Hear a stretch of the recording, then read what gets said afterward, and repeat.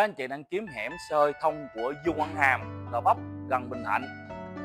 Nhà 5 tầng mà chỉ có hơn 7 tỷ thôi. Thì em có căn này anh chị nha.